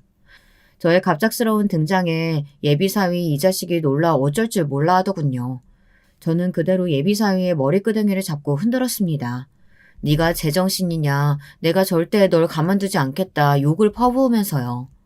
그런데 이게 무슨 일인가요? 제 앞에 상상할 수도 없는 기야말 광경이 펼쳐져 있었어요. 호텔 객실 안에는 예비사위처럼 정장을 입은 직원들이 둘러앉아 한창 회의를 하고 있었습니다. 알고 보니 예비사위가 호텔에 온 이유는 회사 일 때문이었어요. 예비사위와 함께 객실로 들어간 여자는 사위의 비서였고요. 그 순간 예비사위의 머리를 잡고 있던 손을 놔버렸습니다. 사위는 미간을 잔뜩 찡그리고 있는데 저는 그대로 뒤도 안 돌아보고 미친 듯 객실을 빠져나와 도망쳤습니다. 이건 뭐라고 말할 핑계도 없었어요. 제가 욕을 퍼부으며 달려온 걸 예비사위도 똑똑히 봤으니까요. 제 인생은 도대체 왜 이런지 모르겠습니다. 왜 저는 자꾸만 틀린 선택을 하고 마는 걸까요? 이제 좀 가족들과 잘 지내나 싶었는데 그날 이후 저는 또 낙동강 오리알 신세가 되어버렸습니다. 글쎄 예비사위가 그날 호텔에서 굉장히 중요한 거래처와 미팅이 있었대요. 제가 욕을 하며 달려드는 모습을 그분들이 다 봐버려서 예비사위가 아주 곤란했나 보더군요. 딸아이에게 쪽팔려서 이제 어떻게 하냐고 쏘아붙였답니다. 그뿐만이 아니에요. 예비사위 입에서 파혼까지 하자는 말이 나왔답니다. 아빠 설마 또 술 먹은 거 아니야? 그렇지 않고서야 어떻게 그런 짓을 해? 딸, 아빠 술 안 먹어. 그날은 내가 진짜 어떻게 됐었나 봐. 아니 근데 예비사위가 여자랑 둘이 호텔에 들어가는 모습을 봤는데 가만히 있을 장인이 세상에 어딨어. 이 인간이 아직도 정신 못 차렸네. 그래서 당신이 지금 잘했다는 거야? 그날 일로 저는 대역죄인이 되었습니다. 예비사위는 아직도 화가 안 풀렸는지 계속 파혼하자고 하고 있어요. 딸아이는 제 얼굴도 보지 않습니다. 이게 다 제 잘못이라며 원망하고 있어요. 저는 도대체 어떻게 해야 할지 모르겠습니다. 그래서 이 나이에 제가 쪽팔림을 무릅쓰고 사연을 보내는 겁니다. 많은 분들에게 조언을 듣고 싶어서요. 여러분들이 저라면 어떻게 하시겠어요? 어떻게 해야 예비사위의 마음을 다시 돌려놓을 수 있을까요? 제 팔자는 도대체 왜 이 모양인지 모르겠습니다. 현명하신 여러분들의 의견 기다리겠습니다. 댓글로 많이 남겨주시면 제가 참고하겠습니다. 제가 다시 한번 자식에게 인정받을 수 있는 좋은 아버지가 될 수 있도록 좀 도와주세요. 지금까지 저의 기나긴 이야기 들어주셔서 감사합니다. 여러분, 두 번째 사연 시작하기 전에 좋아요, 구독 꼭 눌러주실 거죠? 그럼 두 번째 사연 바로 시작합니다. 안녕하세요. 저는 서울에 거주하고 있는 40대 여성입니다. 요즘 날씨가 부쩍 추워졌고 환절기라 주위에 감기 걸리는 분들이 많더라고요. 여러분들 어디 나가실 때 따뜻하게 목까지 감싸서 다니시길 바라요. 저는 꽃가게를 하고 있는데 우리 가게 단골 중에 감기 걸리신 분들이 좀 있으시더라고요. 제 사연을 들어주시는 분들은 건강관리 꼭 유의하셔서 아무 탈 없이 겨울이 지나가시길 바랄게요. 제 소개를 조금 더 하자면 앞서 말했듯 현재 꽃가게를 운영하고 있습니다. 이 일을 시작한 지는 벌써 20년이 넘었는데 중간에 가게 위치를 한번 바꾸긴 했지만 계속 꽃가게를 했었어요. 참 많은 일들이 있었지만 그래도 꽃을 만지면 기분이 좋고 제가 좋아하는 일이라 아주 즐겁게 일을 하고 있습니다.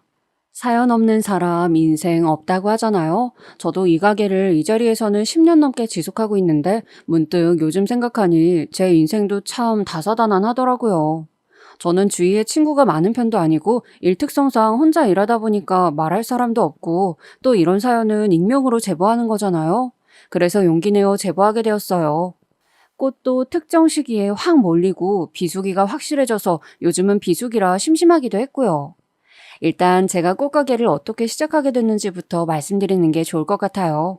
저는 어머니가 고등학교 때 돌아가셨는데 돌아가신 어머니께서 꽃과 나무를 정말 사랑하셨어요. 그래서 아주 어릴 때 기억에도 집에 온갖 식물들이 자리 잡고 있던 기억이 나고는 해요.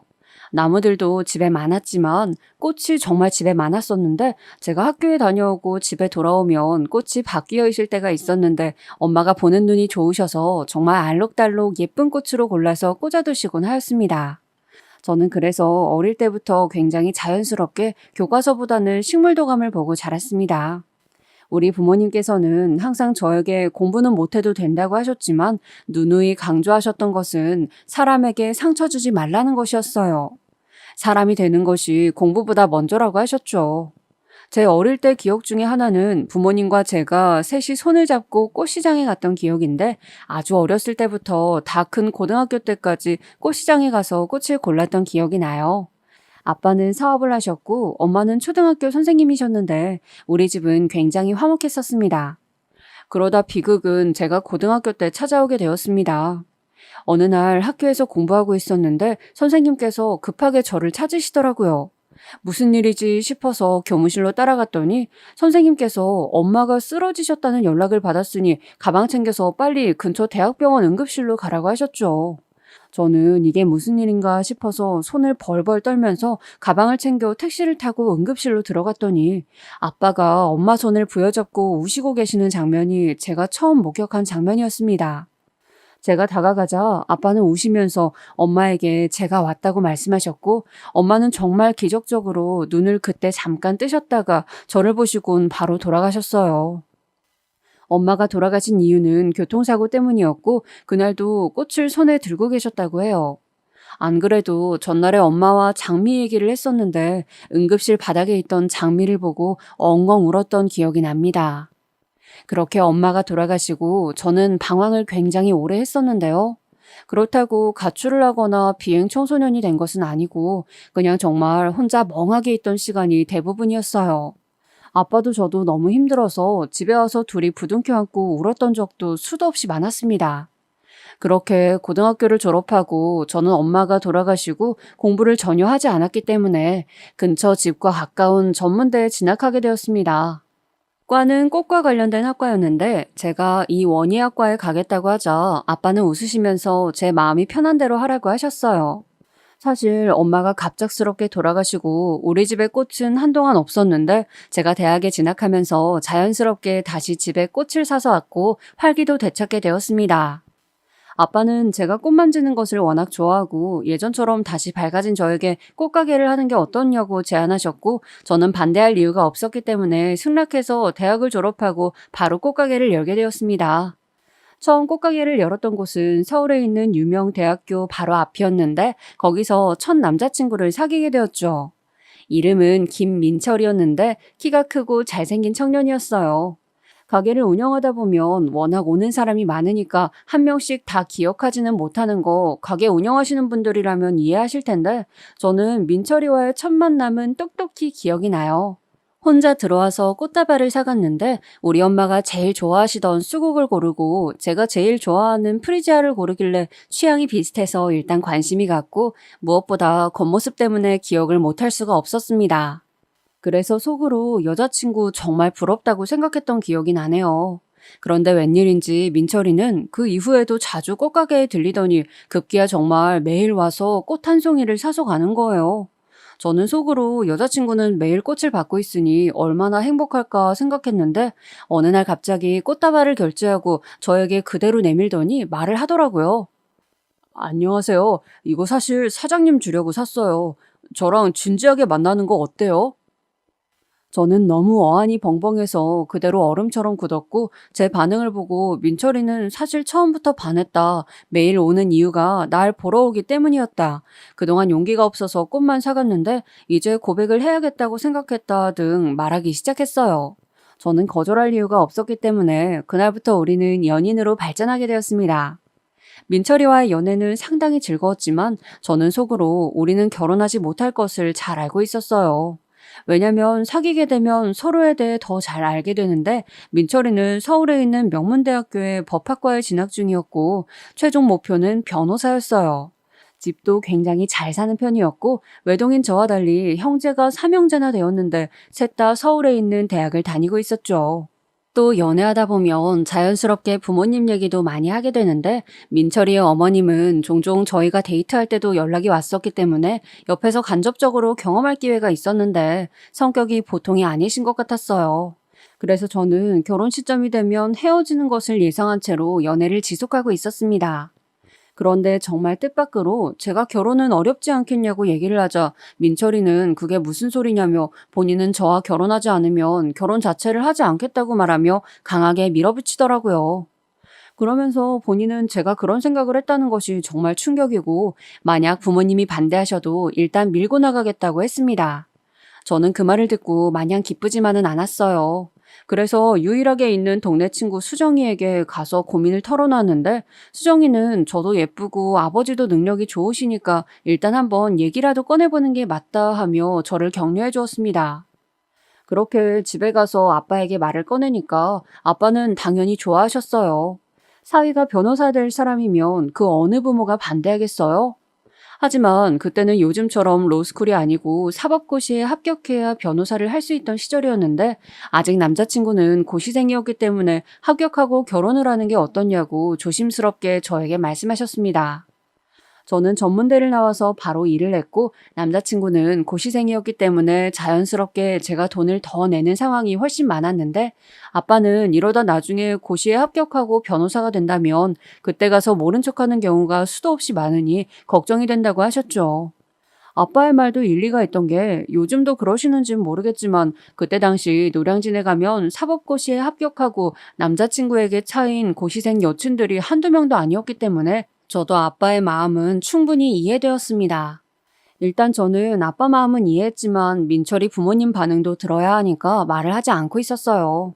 왜냐면 저는 민철이 부모님께서 결혼을 반대하겠지 생각했기 때문이었습니다. 그런데 정말 의외로 민철이 부모님께서 결혼을 허락하셨다고 하는 거예요. 너무 놀라서 계속 물어봤는데 정말이라며 저보고 같이 말 나온 김에 이번 주말에 부모님을 보러 가자고 민철이는 말했습니다.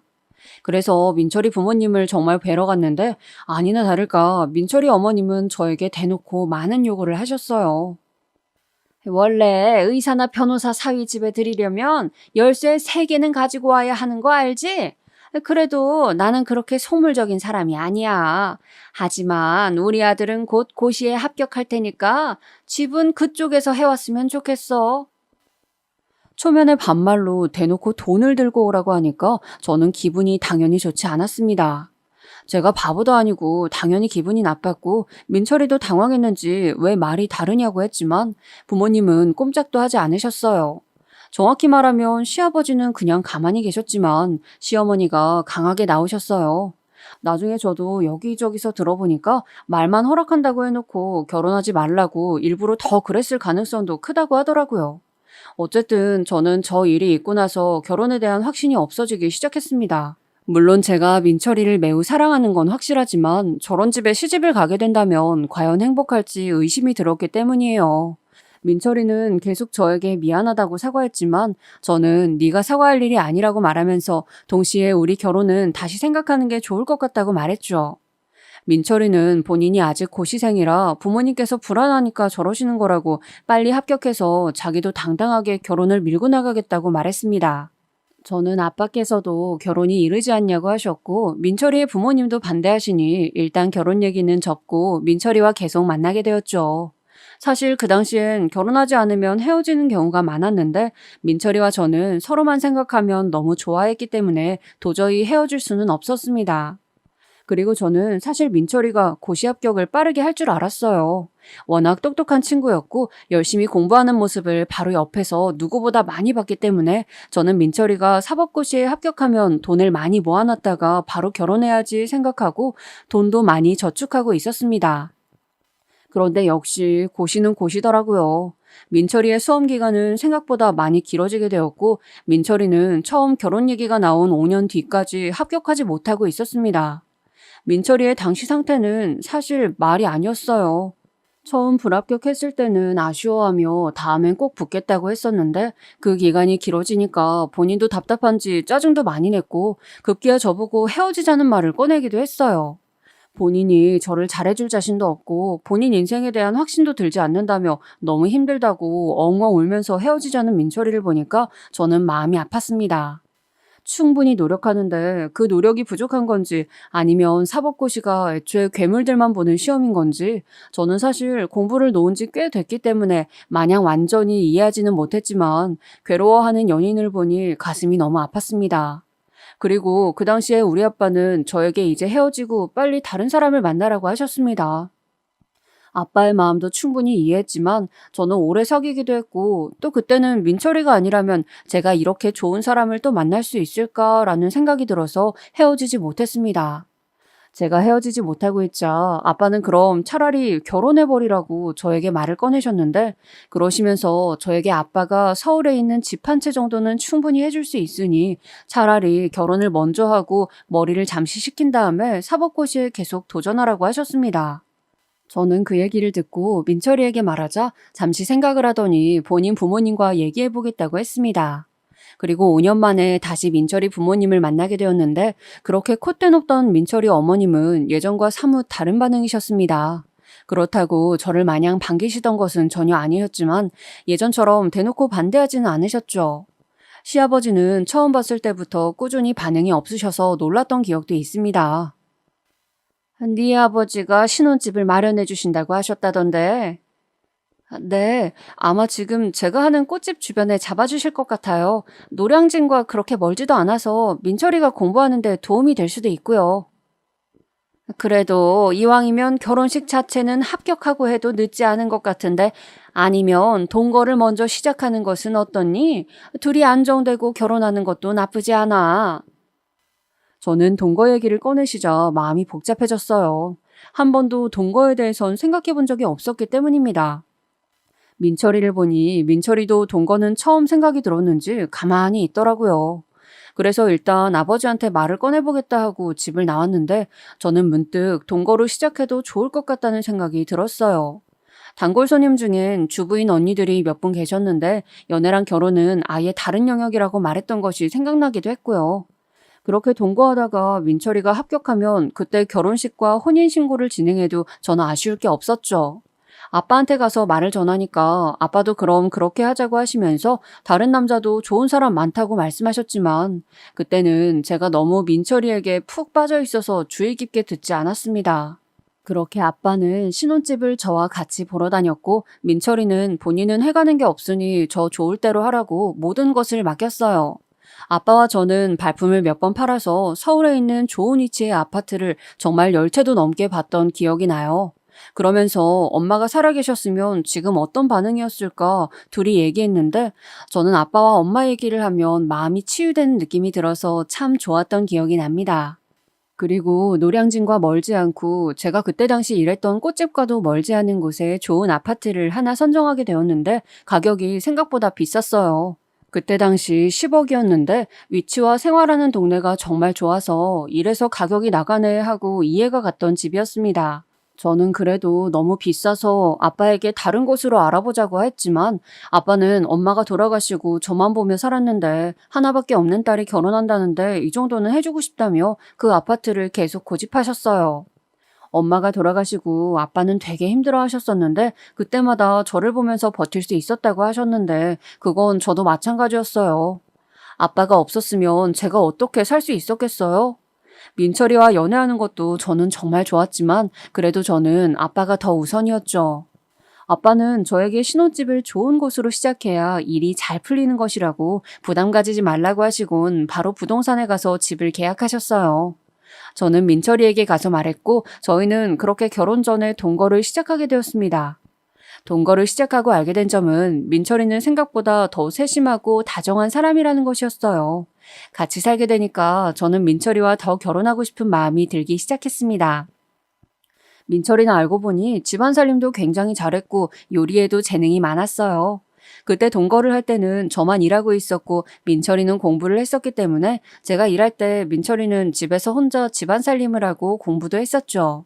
저는 공부에만 집중하라고 했지만 민철이는 그러지 않았어요.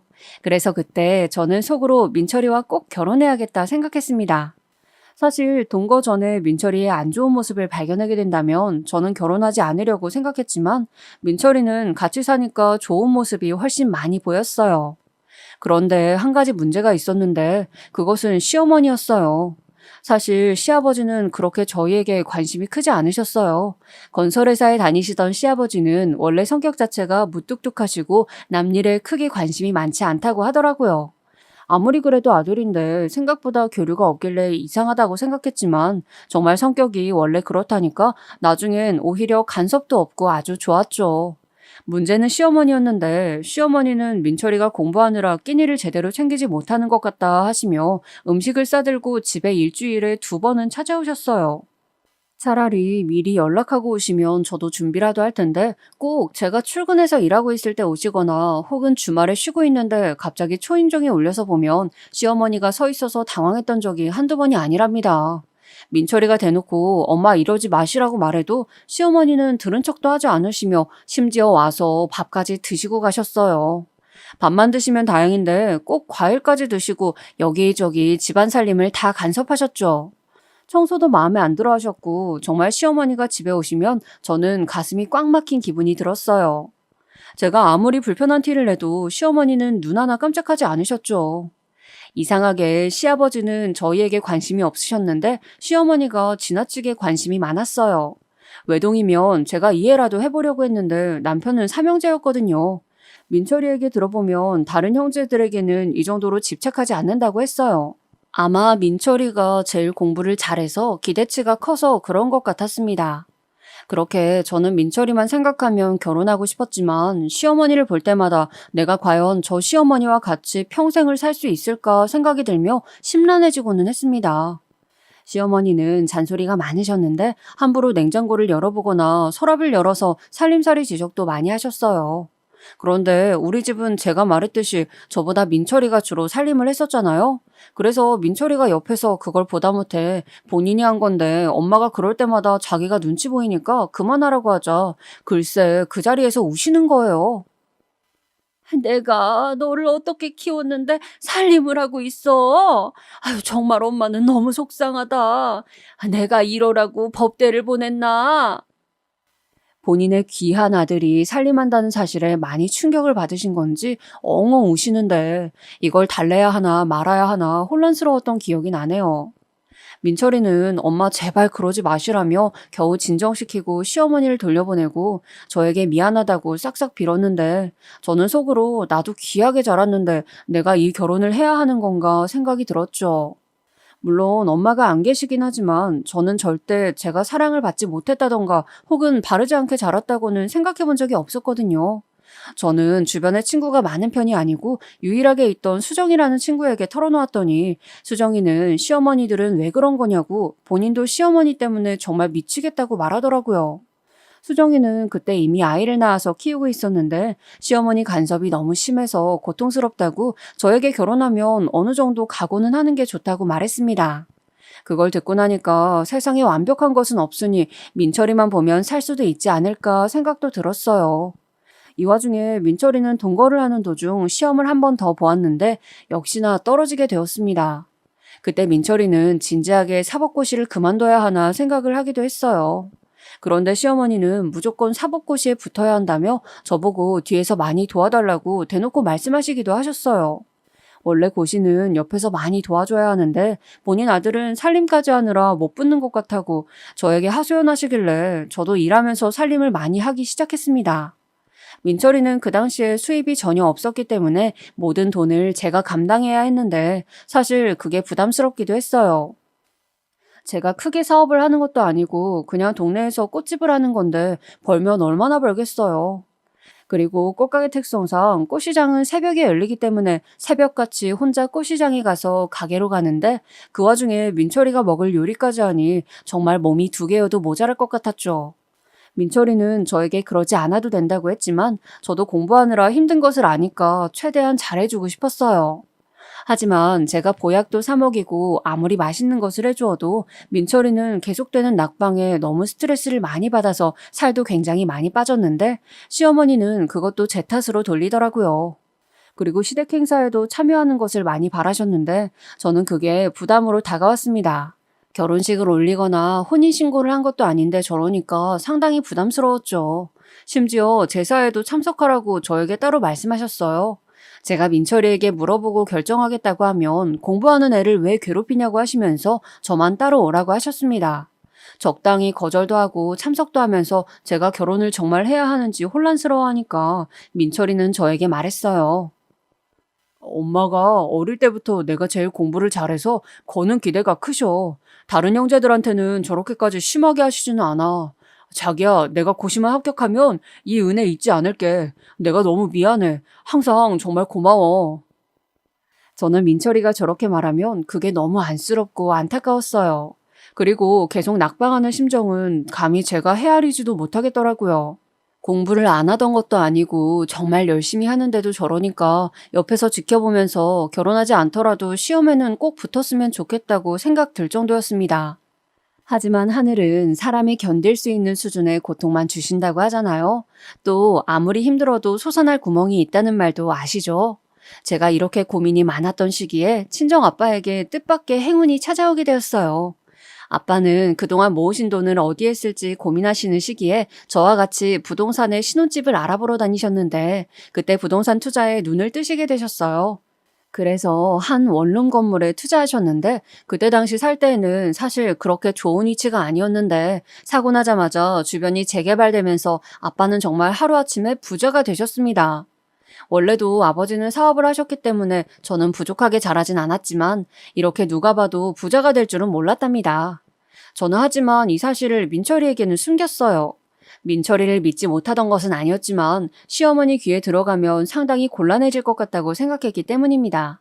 아빠는 저에게 부담을 느끼지 말라고 하시며 월세 받은 비용 중 일부를 저의 통장으로 넣어주셨어요. 덕분에 저는 민철이에게 많은 투자를 할 수 있게 되었고 아직도 그때 아빠가 저를 도와주신 게 정말 감사해요. 그리고 정말 기적적으로 민철이는 다음 해에 사법고시에 합격하게 되었습니다. 합격자 발표가 있던 날 민철이와 저는 진짜 미친 사람처럼 소리 지르고 울고 안 믿겨서 오죽하면 다른 사람에게도 봐달라고 했을 정도예요.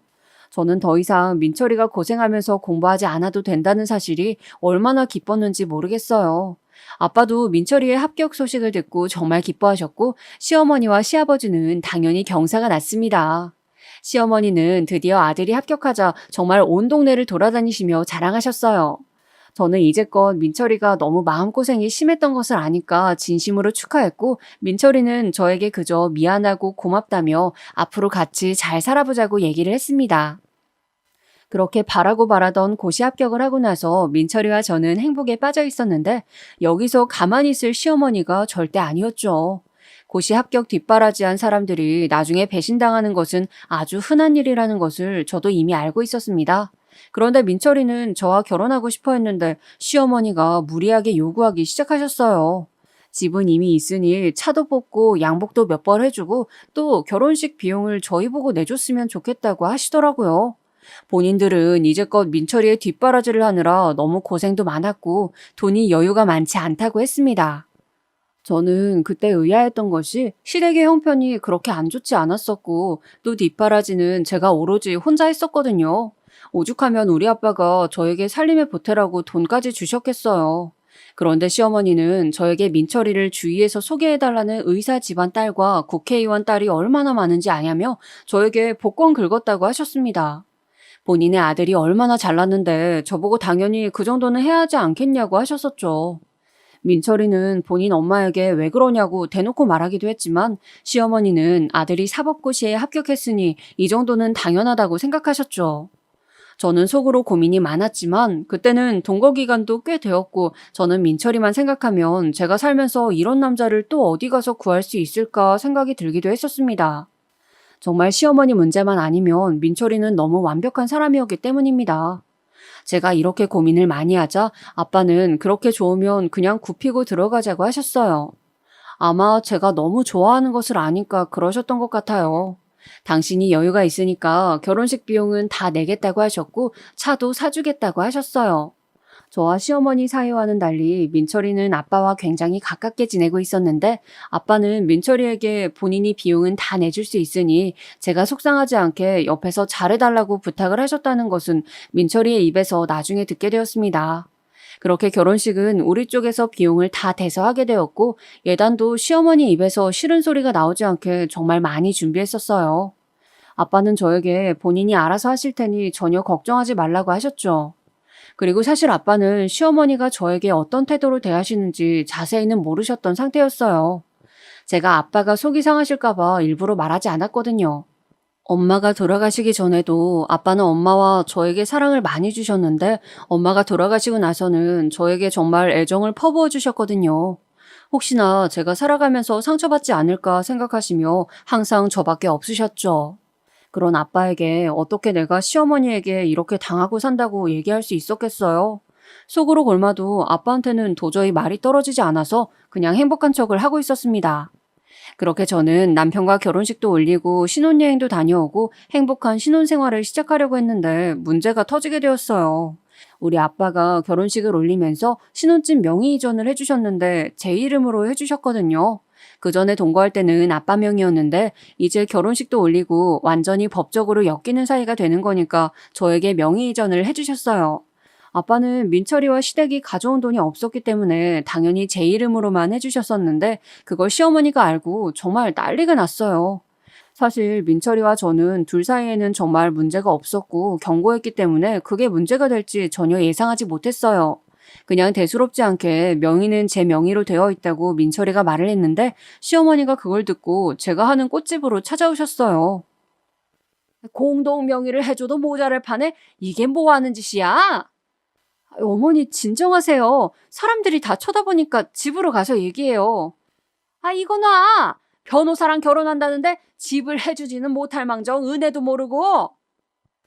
어차피 우리가 같이 사는 집이잖아요, 어머니. 제발 진정하세요. 전문대 주제 지금 파혼당하고 싶어? 무식한 거 참고 결혼 허락해줬더니 이게 뭐야? 가게 안에 있던 손님들은 다 나가기 시작했고 길 가던 사람들은 서서 구경하기 시작했어요. 저는 정말 창피하기도 하고 그 상황이 너무 고통스러워서 일단 집에 가서 얘기하자고 몇 번이나 얘기했지만 시어머니는 들을 생각을 하지 않으셨어요. 계속 저에게 전문대, 무식, 학벌을 언급하시며 변호사 남편을 얻으려면 노력을 해야 하지 않냐고 정말 말 그대로 난리를 치셨습니다. 제가 꽃집 위치를 몇 번 바꿨다고 앞서 말했던 거 기억하시나요? 이때 가게 위치를 바꾸게 된 사건이 바로 저 사건이랍니다. 시어머니는 공동명의를 해주지 않았다는 게 정말 화가 많이 나셨는지 쉽게 진정하지 못하셨어요. 제가 어쩔 수 없이 민철이를 불렀는데 민철이가 와서 말려도 듣지 않으셨죠. 그래서 저는 일단 진정시키려고 말을 꺼냈습니다. 어머니 공동명의 할 테니까 제발 진정하세요. 제가 아빠한테 말해서 진행할게요. 시어머니는 그 말을 듣고 꼭 지키라고 하시고 돌아가셨어요. 저는 시어머니가 나가고 너무 힘이 빠져서 가게에 주저앉아 울었고 민철이는 저에게 싹싹 빌었습니다. 자기야, 정말 너무 미안해. 어머니가 저러실 줄 몰랐어. 그리고 그냥 일단 말만 그렇게 한다고 하고 공동명의 하지 않아도 돼. 사실 그게 그렇게 중요한 건 아니잖아. 민철이 말대로 저는 그게 뭐가 그렇게 중요한가 싶었어요. 어차피 둘이 사랑해서 결혼했고 행복하게 둘이 잘 살고 있었으니까요. 그래도 저는 아빠한테 말은 꺼내야겠다고 생각해서 집에 돌아와서 아빠에게 혹시 공동명의로 돌릴 수 있냐고 물었습니다. 아빠는 굳이 왜 갑자기 공동명의를 원하냐고 혹시 시댁에서 원한 거냐고 물으셨어요. 저는 차마 가게로 시어머니가 찾아와서 난리쳤다는 말이 나오지 않더라고요. 그냥 공동명의를 하면 뭐 어디에 좋다고 이유를 말했지만 아빠는 일단 생각해보자고 하셨어요. 제 돈으로 산 아파트가 아니고 오로지 아빠가 사주신 거라 저는 더 강하게 말하지는 못했죠. 민철이는 제가 집, 혼수, 차를 해왔기 때문에 평소에도 저에게 고마워했는데 시어머니가 저렇게 나오시니 상당히 곤란스러워했어요. 밤에 저 몰래 시어머니에게 전화해서 달래는 것을 저도 듣기는 했습니다. 그렇게 일단 알겠다고 하고 공동명의를 진행하지 않고 있었는데 제가 시어머니를 너무 가볍게 봤던 것 같아요. 시어머니가 또 가게에 찾아오실 줄은 저는 상상도 하지 못했어요. 시어머니는 찾아와서 공동명의를 왜 아직도 하지 않았냐고 소리를 지르셨습니다. 심지어 이번에는 본인 친구들까지 데려와서 난리를 쳐서 저는 공포감이 들었습니다. 저도 지칠 대로 지쳐서 이제 더 받아주지 못하겠다 느꼈고 진지하게 결혼 생활을 그만해야 하나 생각도 들었는데 운명의 장난인가요? 친정아빠가 꽃집으로 들어오셨어요. 공동명의 하라고! 전문대 나와서 변호사 남편이 있는데 그 정도도 안 하면 어떡해? 양심은 있는 거야? 그러니까 말이야. 아니, 새댁이 아직 어려서 모르나 본데 어디 가서 전문직 남편을 얻겠어. 시댁에서 많이 봐줬는데 공동명의는 해야지. 그게 도리고 예의야. 그런데 제가 시어머니와 그 친구들에게 시달리고 있을 때였죠. 사돈, 그게 무슨 말씀이세요? 말씀 너무 심하게 하시는 거 아닌가요? 아빠가 와서 제 앞에 서셨어요. 저는 정말 손님들이 지켜볼 때는 괜찮았는데 아빠가 들어오셔서 그 광경을 봤다고 생각하니까 갑자기 눈물이 급속도로 나오기 시작했습니다. 아빠가 제 앞에 서서 저를 가로막고 시어머니한테 이게 무슨 막말이냐고 따지기 시작하셨는데 시어머니는 오히려 당당하더라고요. 아니, 변호사 남편 얻었으면 공동명의는 해주셔야 도리죠. 사돈도 변호사 사위 얻어서 팔자 피셨는데 그 정도도 못 해주나요? 저희가 요구하기 전에 오히려 먼저 해줬어야 하는 거 아닌가요? 사돈, 정말 말씀 섭섭하게 하시네요. 아파트, 차, 온갖 혼수 및 명품 수트랑 시계까지 해줄 수 있는 부분은 다 해줬잖아요. 우리 딸도 귀하게 자랐고 소중한 사람인데 지금 뭐 하시는 건가요? 그리고 팔자가 폈다뇨? 저 이미 원룸 건물도 가지고 있고 부족한 것은 전혀 없습니다. 이럴 거면 그냥 파혼하세요. 뭐라고요? 사돈, 이혼이 쉬우세요? 그럼 하세요. 저희도 꿀릴 것 전혀 없어요. 저는 친정아빠가 남에게 그렇게 화내시는 것을 태어나서 처음 봐서 놀라기도 했습니다. 아빠는 평소에 저나 다른 사람들에게 굉장히 친절하시고 다정하신데 시어머니가 저에게 뭐라 하자 화가 많이 나셔서 그런 것 같았어요. 저는 속으로 이미 이혼을 생각하고 있었는데 아빠가 먼저 말을 꺼내주니까 그게 또 속상하고 아빠한테 감사해서 더 울었습니다. 아빠는 당당하게 이미 잘 살고 있으니까 그럼 앞으로 멀어지자고 강하게 나가셨고 시어머니 친구들은 뒤에서 수군거리기 시작했습니다. 이런 속사정은 몰랐던 것 같아요. 시어머니는 남들이 다 쳐다보니까 일단 그러라고 소리 지르고 당당하게 가게를 나갔습니다. 시어머니와 친구들이 밖으로 나가자 아빠는 저를 달래주며 말씀하셨어요. 네가 뭐가 모자라서 이러고 있어? 이제껏 저랬던 거야? 정말 속상하다. 이혼하자. 나는 내 딸이 이런 취급받으면서 사는 줄 전혀 몰랐어. 이게 무슨 일이니? 그리고 아빠는 남편에게 전화해서 시어머니가 가게까지 와서 친구들 데리고 저를 괴롭혔던 것을 알고 있었냐고 화를 내셨어요. 민철이는 바로 달려와서 또 미안하다고 사과하며 본인도 울기 시작했어요. 자기는 저와 평생 살고 싶은데 엄마가 도대체 왜 저러는지 이해가 되지 않는다고 뒷바라지도 제가 다 했다는 것을 알고 있다고 했어요. 저는 정말 허탈하고 속상해서 머리가 너무 아프기 시작했습니다. 저는 시어머니만 생각하면 당장이라도 이혼하고 싶었지만 남편을 생각하면 이혼하기 싫었어요. 하지만 친정아빠도 저에게 정말 소중한 사람인데 아빠가 저 때문에 속상하신 모습을 보니까 이혼 쪽으로 마음이 기울었습니다. 그런데 제가 너무 신경을 많이 써서 그런가 몸이 안 좋아지기 시작했어요. 그래서 병원에 갔더니 아니 글쎄 무슨 일이 있었는지 아세요? 제가 글쎄 임신을 했다는 거예요. 저는 너무 놀랐는데 의사는 저에게 축하한다고 하더라고요. 이혼 생각을 했는데 임신을 했다는 소식을 듣자 저는 너무 놀랐습니다. 그리고 또 고민에 빠졌어요. 이걸 남편에게 알릴지 말지 혼자 얼마나 고민을 했는지 모르겠습니다. 그래도 터놓고 얘기하는 게 맞다 생각해서 남편에게 임신 소식을 전했고 남편은 진지하게 차라리 지방으로 이사가서 우리끼리 살자고 했습니다. 저는 하지만 오히려 고민이 더 많아졌어요. 사실 남편과 저는 동거 때부터 아이 계획이 있었는데 도저히 생기지를 않았었거든요. 그래서 마음을 비우고 우리끼리 둘이 행복하게 살자고 다짐했었는데 이렇게 아기 천사가 올 줄은 몰랐던 거죠.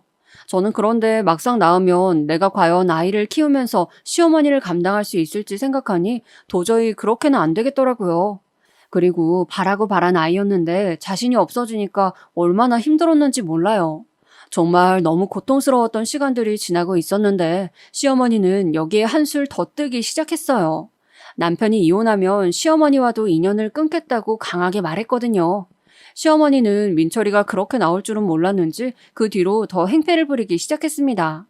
남편이 제가 임신했다는 소식을 시어머니에게 알렸는데 시어머니는 그걸 듣고 정말 말도 안 되는 얘기를 하기 시작했어요. 꽃가게 옆에 분식집이 있었는데 젊은 남자였거든요. 바로 옆가게니까 교류가 서로 있었는데 그렇다고 사적으로 만나거나 하는 사이는 절대 아니었습니다. 그런데 시어머니는 제가 불륜녀라고 가게 앞에서 다 들리게 욕을 하셨어요. 여기 불륜녀 쓰레기 냄새가 진동해요. 오지 마세요.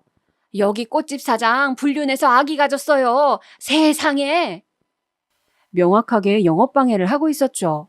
심지어 옆 가게 사장은 제가 유부녀라는 사실을 잘 알고 있었고 심지어 본인도 유부남이었어요. 남편이 그걸 듣고 와서 시어머니에게 이거 법적으로 잘못이라고 엄마 도대체 왜 그러냐고 해도 눈 하나 깜짝하지 않았어요. 저는 저렇게 명확히 저를 괴롭히는 행동에 강한 충격을 받게 되었고 정말 슬프게도 유산까지 하게 되었습니다. 사실 쓰러지고 기억이 없었는데 눈을 떠보니까 아이가 없어졌더라고요. 남편은 제 손을 잡고 오열했었고 본인이 할 말이 없다고 하면서 시어머니에게 인연을 끊자고 고래고래 소리를 질렀어요. 저는 분명 아이를 키우는 것에 대해서 자신이 없었지만 이렇게 쉽게 아이가 떠나갈 줄도 몰랐었기 때문에 정말 그때를 생각하는 그 자체도 저는 많이 힘들어요. 그렇게 아이를 보내고 나서 친정아빠는 시아버지에게 전화해서 마누라 관리하고 남의 집 귀한 딸한테 뭐 하는 짓이냐고 난리가 나셨죠. 그러면서 저에게 오히려 잘 됐다며 저 썩은 집안과 아예 단절하는 좋은 기회라고 하시면서 하루빨리 이혼하라고 하셨습니다. 시어머니는 본인 때문에 며느리가 유산했다는 사실이 알려지자 자기가 마치 피해자인 척 행동을 했는데 가족들도 점점 등을 돌렸다고 해요. 그리고 지금 와서 생각해보면 아마 시어머니는 공동명의가 목적이 아니고 본인에게 돈을 더 달라고 하고 싶었던 것 같습니다. 심지어 도대체 어떻게 알았는지 아빠가 가지고 있는 월세 건물에 찾아가서도 행패를 부렸다고 하더라고요. 건물 앞에서 월세 사는 거지들, 뭘 봐 거지들아! 이러기도 했다고 해요. 아빠가 그 소리를 듣고 경찰에 신고하셨고 저는 정말 이혼해야겠다 강하게 생각하게 되는 계기가 되었습니다. 사실 마음은 먹고 있었고 머리로도 이혼이 답이라는 것을 잘 알고 있었지만 막상 현실로 하려고 하니까 엄두가 나지 않고 있었어요. 남편과 20대를 온전히 같이 보내기도 했고 또 함께 살았던 기간이 길었기 때문이에요. 남편만 생각하면 정말 이혼하고 싶지도 않았고 남편은 저와 아빠에게 와서 무릎을 꿇고 자기가 그냥 인연을 끊겠다고까지 말했어요. 하지만 친정아빠는 이미 돌아선 지 오래셨고 저도 너무 가슴이 찢어지는 것 같았지만 이렇게 계속 살다 보면 저만 고통 속에서 살 것 같아 도저히 결혼 생활을 이어갈 수는 없다고 느꼈습니다. 다만 남편을 아직 사랑하는 마음을 가지고 이혼하는 게 쉽지는 않았어요. 남편은 저에게 절박하게 매달렸지만 저는 그렇게 매달리는 와중에도 문자로 저에게 뭐라 하시는 시어머니를 감당할 수 없었습니다. 그리고 사실 제가 시어머니에게 나름 잘 보이겠다고 시어머니가 좋아하시는 골프 회원권도 끊어다 드리고 시즌마다 옷도 사드리고 했었거든요. 이래서 잘해줘봤자 소용없다는 말이 있나 싶더라고요. 당연히 이혼하게 된다면 분기마다 가서 백화점에서 옷이나 가방을 사주던 것, 그리고 골프 회원권도 없고 남편은 본인 명의로 된 게 없으니 시어머니는 갑자기 마음이 바뀌었던 것 같습니다. 제가 완강하게 이혼하겠다고 나올 줄은 전혀 몰랐었나 봐요. 갑자기 본인이 잘못을 인정한다고 하더라고요. 하지만 이미 저는 그때 남편과 이혼을 준비하기 시작한 단계였고 살면서 시어머니와 더 엮이기 싫었습니다. 남편은 저에게 이혼하게 되면 그래도 서로 안부는 주고받자고 하더라고요. 본인은 저와 이혼하는 동시에 본인 엄마와의 인연도 끊을 예정이라고 했습니다. 저는 그 소리를 들어도 하나도 기쁘진 않았습니다. 그냥 허탈했고 그게 무슨 의미가 있나 싶었어요. 시어머니는 아들도 자기를 버리고 가족들 반응도 다 왜 며느리한테 그랬냐는 반응이자 저에게 이혼을 다시 생각해보라고 하더라고요. 이미 질릴 대로 다 질린 사람한테 그러면 무슨 소용이 있겠어요. 그래서 저는 남편과 합의 이혼을 하게 되었고 저는 민철이와 인연을 더 이어가지 않았습니다. 그리고 아예 지역을 바꿔서 꽃집도 새로 열었고 새로운 인생을 살게 되었어요. 사실 제가 정말 사랑했던 사람이라 잊을 수 있을까 생각도 많이 했었는데 사람은 사람으로 잊는다고 하잖아요. 지옥 같던 예전 꽃집을 새로운 곳으로 터를 옮기고 나서 얼마 지나지 않아 새로운 인연을 만나게 되었어요. 처음에는 또 이런 시어머니를 만나게 될까봐 걱정이 많았지만 다행히 저를 아주 예쁘다 해주시는 분들이라 행복하게 결혼 준비를 하고 있습니다. 제가 결혼하는 소식을 알릴까 말까 고민하다 전하게 되었는데 민철이는 진심으로 축하해 주었어요. 저는 아직도 전 남편에 대해 나쁜 기억은 전혀 없어요. 그렇다고 사랑하지는 않고 그냥 좋은 추억으로 간직하고 있습니다. 물론 시어머니는 제 인생 최악의 인간이었고 앞으로 살면서도 다시는 마주치고 싶지 않아요. 그래도 그렇게 힘든 시기를 지나고 나니까 더 좋은 집안을 만나게 되었어요. 아빠도 저에게 아이가 없을 때 헤어지길 1000번 잘했다고 지금 누구보다 기뻐하고 계세요. 한 가지 웃긴 얘기를 하자면 시어머니는 정말로 이혼할 줄은 몰랐는지 저에게 이혼하고 몇 번 연락이 왔었어요. 물론 나중에는 제가 차단하고 이사 갔기 때문에 이제 시어머니는 저에게 연락하고 싶어도 절대 못하죠. 아들 이혼시키고 아들한테도 버림받아서 뭐하고 사는지 모르겠어요. 정말 시어머니만 보면 있을 때 잘하라는 말이 떠올라요. 그래도 저는 지금 아주 행복하게 새로운 인생을 살고 있습니다. 제가 아는 지인이 많지 않기 때문에 속에 있던 이 얘기를 어디에 터놓을 수가 있을까 고민이 많았는데 이렇게 좋은 기회로 말할 수 있는 기회가 생겨서 얼마나 다행인지 모르겠어요. 제 파란만장한 첫 번째 결혼 생활 이야기는 여기까지입니다. 최대한 조리 있게 말한다고 했는데 제대로 전달되었는진 모르겠어요. 들어주셔서 진심으로 감사합니다. 여러분도 행복한 인생을 살길 진심으로 바라요. 다들 행복하시길 바랍니다.